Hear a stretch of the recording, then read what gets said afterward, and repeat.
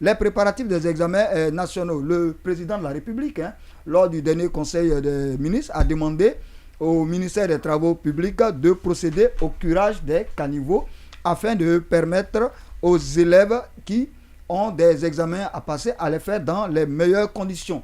Il faut d'ailleurs rappeler que l'année dernière, Kouroussa, si vous avez bonne mémoire, oui. Kouroussa avait été endeuillé par un naufrage, le naufrage de plusieurs élèves qui devaient traverser pour aller dans une autre localité afin d'être évalués. C'était les élèves de l'entrée en 7e. Oui. D'où le besoin aujourd'hui de réfléchir comment protéger les candidats, surtout les plus jeunes, en cette saison des pluies qui s'annonce. Et encore, il y a une autre actualité. Lorsque le cas de Sangoya également aussi, une enfant avait chuté dans un caniveau et avait ainsi perdu la vie. Donc, monsieur Kabinet Keïta, même si cela ne vous plaît pas, c'est la règle pour moi. Allons-y. Alors, qu'est-ce que vous pensez de ces mesures-là? Est-ce que ces mesures, selon vous, sont suffisantes pour sécuriser les examens nationaux qui vont bientôt se dérouler durant la saison pluvieuse? Bon, écoutez, on dit que mieux vaut tard que jamais. Si le président de la transition, chef de l'État, a jugé nécessaire de prendre en main la situation un mois avant les examens nationaux, je pense que ce n'est pas une mauvaise chose en soi. Mais ce qu'il faut dire, c'est que dans la plupart des cas, les zones vraiment où les centres d'examen sont localisés, ce sont des zones à plus grande, en tout cas de plus forte pluviométrie. Ce sont des zones où vraiment il y a souvent des petites inondations. Lorsque je prends par exemple la zone de l'aéroport, quand vous prenez cette passerelle de l'aéroport qui est complètement inondée par l'eau pendant les saisons pluvieuses, ceux qui ont même une petite pirogue peuvent venir ici. Effectivement, c'est très dangereux d'ailleurs. Voilà, oui. C'est très dangereux. Donc moi je pense qu'il faut à la fois la mobilisation des parents. Il ne suffit pas de curer les caniveaux, mais il faut aussi la mobilisation des parents qui peuvent accompagner ces tout petits-là jusqu'au centre d'examen. Les derniers examens ont vraiment prouvé cette mobilisation des parents.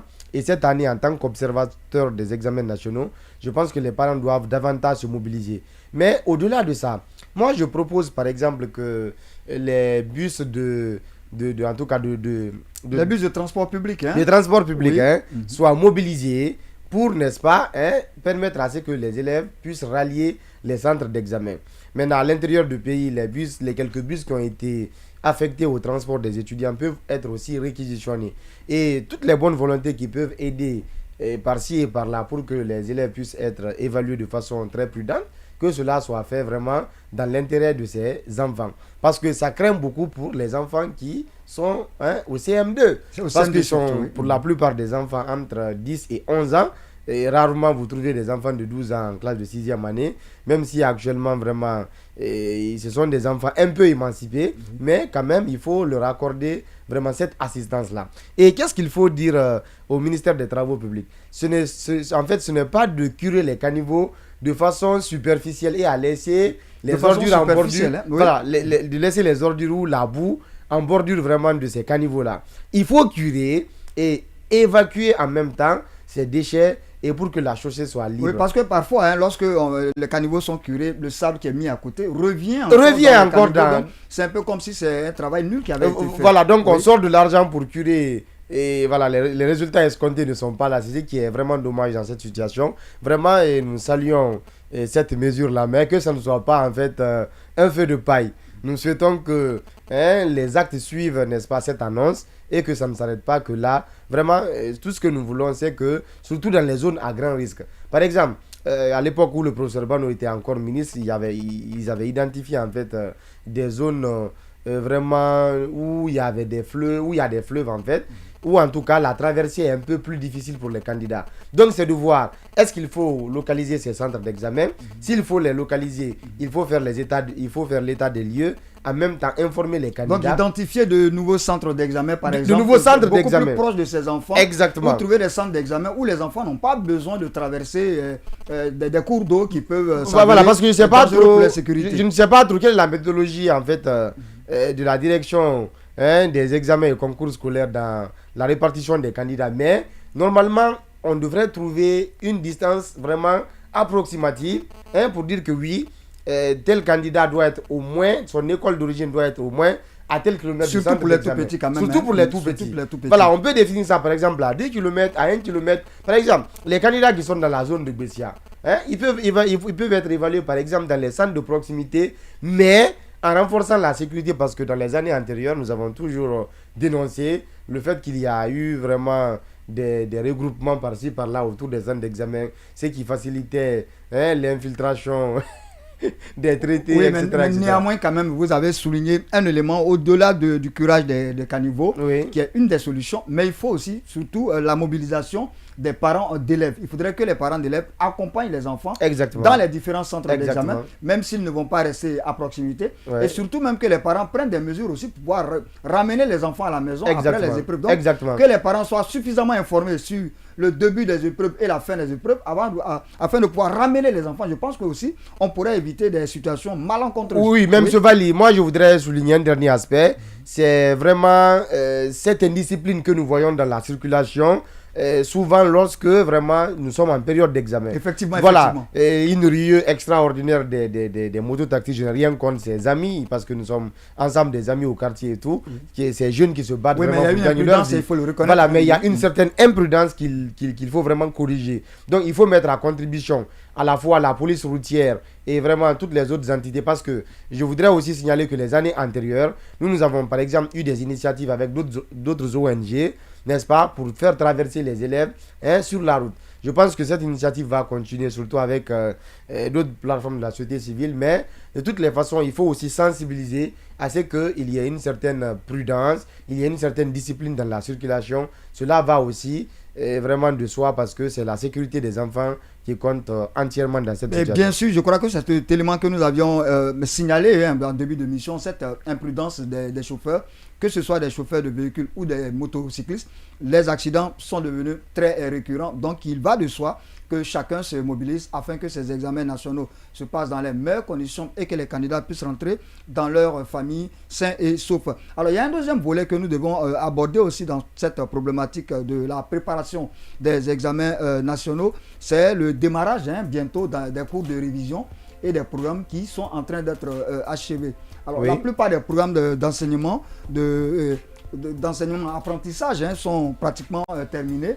La plupart sont à 90% et ou plus, sauf peut-être ceux qui sont... 90%, c'est vous qui m'apprenez cela, M. Valli. Non, la plupart... L'inspection a fait déjà son... Non, la plupart. En fait, j'ai fait un sondage auprès des collègues, j'ai interrogé les gens, parce que vous savez, en fin d'année, il y a des remontées, par exemple, des pourcentages pour les examens nationaux au niveau des administrations. Donc déjà, la majorité des enseignants est en train aujourd'hui de terminer les programmes et on prépare ce qu'on appelle aujourd'hui les révisions générales pour les examens nationaux. Mais ces révisions générales, parfois ça pose problème. Parfois ça pose problème.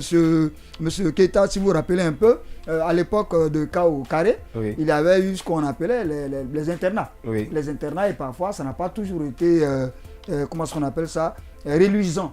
Parce qu'il y a eu des dérapages, il y a eu des cas de bagarre, il y a eu assez de situations désastreuses quand même, donc qui ne favorisaient pas la préparation des examens. Alors vous, en tant qu'observateur, comment est-ce que vous appréciez le début de ces révisions-là, M. Keita? Bon, je pense que c'est une tradition dans les méthodologies et en fait dans nos écoles ici en Guinée, qu'à l'approche des examens, qu'il y ait vraiment cette précipitation à la fois des enseignants, des parents, mais aussi des candidats, comme si d'ailleurs au cours de l'année scolaire il n'y avait pas eu grand chose. Mais je pense que c'est souvent un peu dramatique. Voilà. C'est-à-dire que pendant l'année scolaire, c'est le laisser aller. Exactement. Chacun se permet de faire ce qu'il veut.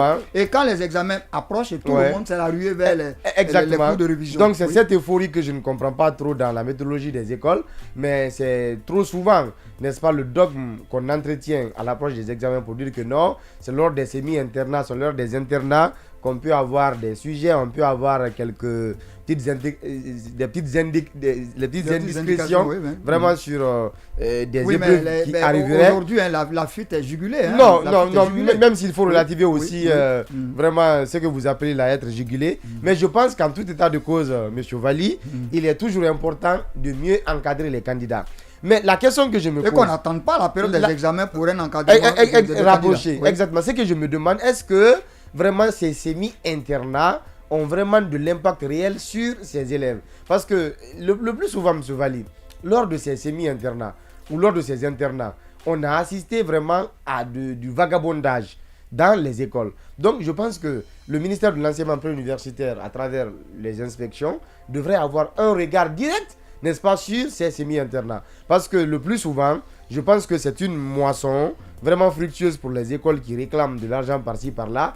Par-ci, on demande 200 000, par-là, on demande 300 000, etc., etc. Chaque école fixe son tarif par rapport vraiment, je ne sais pas, à l'effectif. Donc il faut réguler cette situation-là. Oui. Est-ce qu'on peut payer, en fait, l'année scolaire?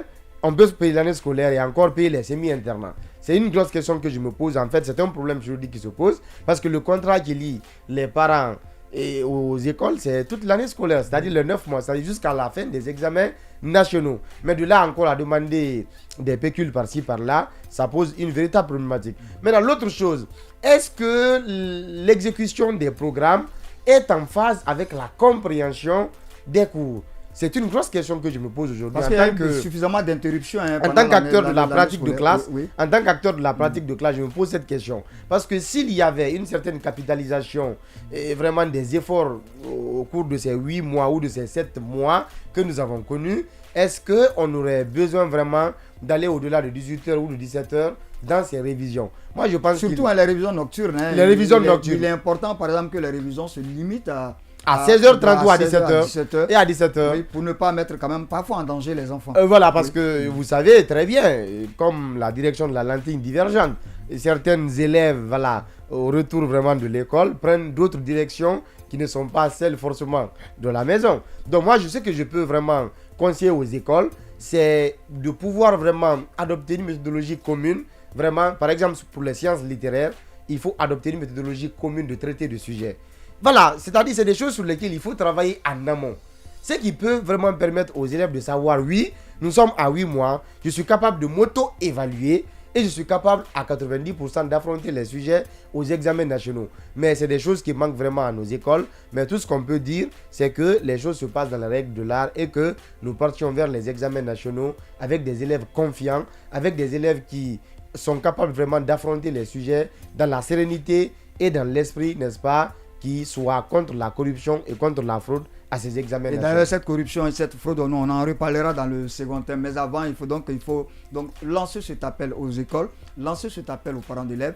La période des examens n'est pas la seule période pour travailler. La période des examens n'est pas la seule période où il faut prendre conscience de l'utilité des études. Il faudrait que ce soit un travail qui soit fait en amont et que les préparatifs se passent dans les meilleures conditions. Voilà, M. Vali, moi, il y a une parenthèse que je voudrais ouvrir parce que ça, c'est d'ailleurs à l'attention des responsables d'école parce que vous savez, toute leur préoccupation maintenant là sera focalisée sur les examens nationaux. Alors qu'il y a les classes intermédiaires qui doivent rester en classe jusqu'à la veille des examens nationaux. Surtout avec le rallonge du calendrier scolaire et eu égard vraiment aux nombreuses perturbations que nous avons connues tout au long de l'année scolaire. Mais ce que je voudrais dire à ce niveau, vous savez, le plus souvent, c'est 8 mois qu'on paye aux enseignants. Donc, ce que je voudrais dire, c'est-à-dire que les responsables d'école, en tout cas les fondateurs, les directeurs généraux, devraient savoir que leur responsabilité contractuelle, vraiment, doit être dégagée dans cette histoire. Parce que chaque année, ce sont des cris. Ce sont des cris. Des enseignants qui ne sont pas entièrement payés. En s'acquittant du paiement intégral des 9 mois d'année scolaire. Et l'autre chose encore, c'est de ne pas bâcler les cours dans les classes intermédiaires. Pour dire non, bon écoutez, on va faire ceci, on va faire cela, parce que ces derniers mois-là sont ponctués par des festivités, comment dirais-je, à ne pas finir, par des festivités vraiment culturelles et autres là. Voilà, prenons garde et prenons conscience que nous avons déjà perdu assez de temps et qu'il faut mettre à profit vraiment ces derniers mois-là pour mettre les élèves encore plus sur les rails et pourvu que les programmes scolaires soient bouclés. Et une autre chose, ce que je disais tout à l'heure là, il faut que l'avancement des programmes soit en phase avec la compréhension des élèves. Et surtout les compositions de fin d'année doivent être pour les méritants. Ceux qui ne passent pas en classe supérieure doivent redoubler la classe et tout le monde ne doit pas passer comme des troupeaux de moutons. Tout le monde. L'enseignement de masse. Voilà. L'enseignement de masse. Surtout, c'est souvent reproché avec les écoles privées qui, au nom de l'argent, permettent à des élèves. Non, mais il faut se dire la vérité. Voilà, il faut toucher du bout. Ça peut choquer, mais je pense que lorsque vous transformez l'école en centre de commerce, forcément, tous les enfants, méritants ou pas, se retrouvent en classe supérieure. Et l'année qui suit encore, c'est la même bêtise. Les examens nationaux, lorsque les résultats tombent très souvent, on accuse ça et là. Mais on oublie que la plupart de ces enfants arrivent dans ces classes supérieures sans avoir le B à bas de ce niveau d'études-là. Donc l'échec est quasiment certain.